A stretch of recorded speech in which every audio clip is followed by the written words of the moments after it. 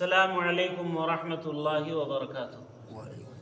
अल्हम्दुलिल्लाहि रब्बिल आलमीन वस्सलातु वस्सलामु अला रसूलिहिल करीम व बाद।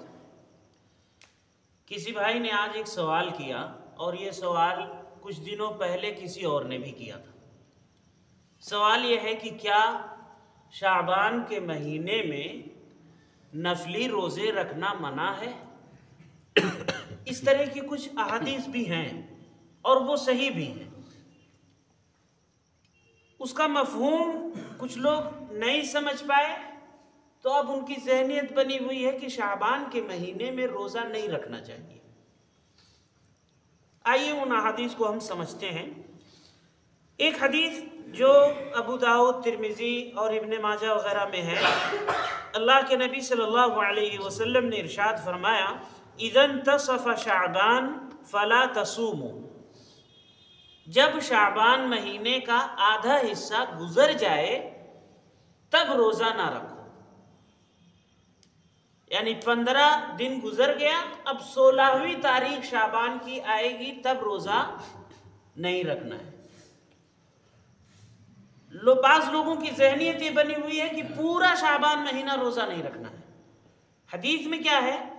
निस्फ शाबान जब गुजर जाए तब नहीं रखना है रोज़ा। अभी इसमें और कुछ वजाहत है। एक और रिवायत है कि जिसमें अल्लाह के नबी सल्लल्लाहु अलैहि वसल्लम ने रोज़ा रखने से मना भी किया है, लेकिन उसको उसकी तरगीब भी दिलाई है। वो किस तरह से? फरमाए, सही बुखारी और सही मुस्लिम की रिवायत है, ला तुक़द्दिमू रमज़ाना बिसौमि यौमिन वला यौमैन, रमज़ान से पहले एक दिन या 2 दिन रोज़ा ना रखो।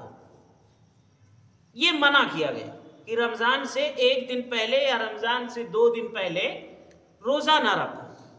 अब आगे फरमाया, इल्ला रजुलुन कान यसूमु सौमन फलयसुम, सिवाय उस आदमी के जो कोई रोज़ा रखते आ रहा था, उसे चाहिए कि वो उस दिन भी रख ले।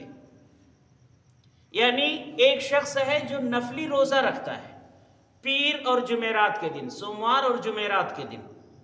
अब इत्तेफाक से सोमवार या जुमेरात का दिन रमज़ान से एक दिन पहले या रमज़ान से 2 दिन पहले पड़ गया तो उसके लिए इजाज़त है कि वो उस दिन वो नफली रोज़ा रखेगा। या इसी तरीके से हदीस में नफली रोज़ों की सबसे अफजल किस्म बतलाई गई दाऊद अलैहिस्सलातु वस्सलाम के रोज़े की। हदीस में अल्लाह के नबी सल्लल्लाहु अलैहि वसल्लम ने बतलाया सबसे अफजल रोज़ा नफली रोज़ों में दाऊद अलैहिस्सलाम का है। वो एक दिन रोज़ा रखते और अगले दिन बिना रोज़ा के रहते, फिर उसके बाद रोज़ा रखते और उसके बाद फिर रोज़ा नहीं रखते, यानी एक एक दिन गैप करके वो रोज़ा रखते थे। ये सबसे अफजल रोज़ा है नफली रोज़ों में। अब अगर एक शख्स ये नफली रोज़े की किस्म इसका एहतमाम कर रहा है तो जाहिर सी बात है वो रमज़ान से एक दिन या 2 दिन पहले तो पड़ेगा ही, तो वो ये नफली रोज़ा उस दिन रखेगा। अब एक शख्स अगर नहीं है आदि इन रोज़ों का तो फिर उसके लिए मना है कि वो रमज़ान से 1-2 दिन पहले रोज़ा ना रखे।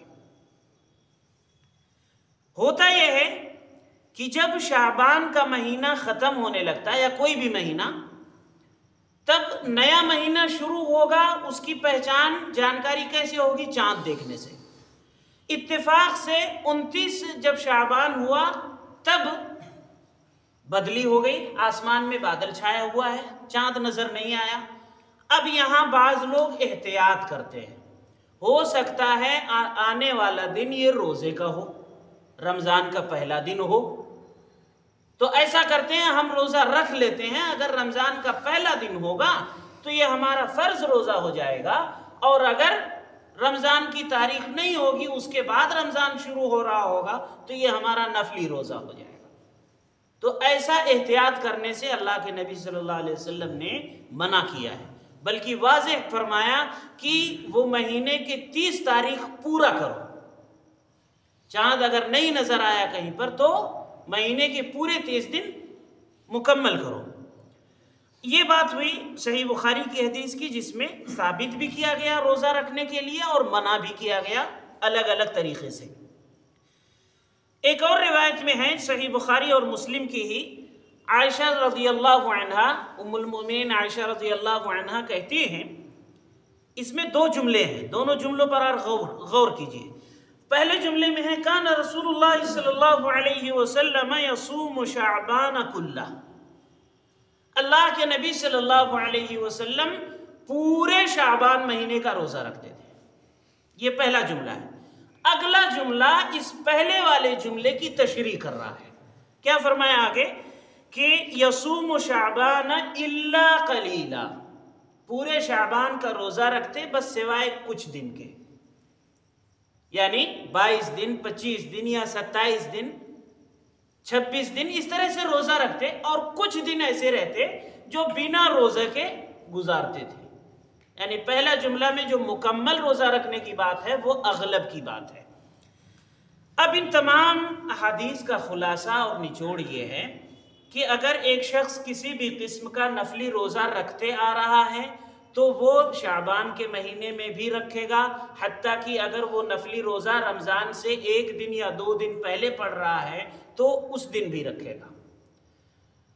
अगर एक शख्स नफली रोज़ा रखने का आदी नहीं है और वो चाहता है रमज़ान में कसरत से रोज़ा रखने के लिए, तो उसे चाहिए कि शाबान में कसरत से रोज़ा रखना चाहता है तो उसे चाहिए कि इब्तिदा शाबान से ही रोज़ा रखे, यानी पहला जो 15 दिन है उसमें भी कुछ नफली रोज़ा रखे और उसके बाद का जो 15 दिन है उसमें भी रोज़ा रखे।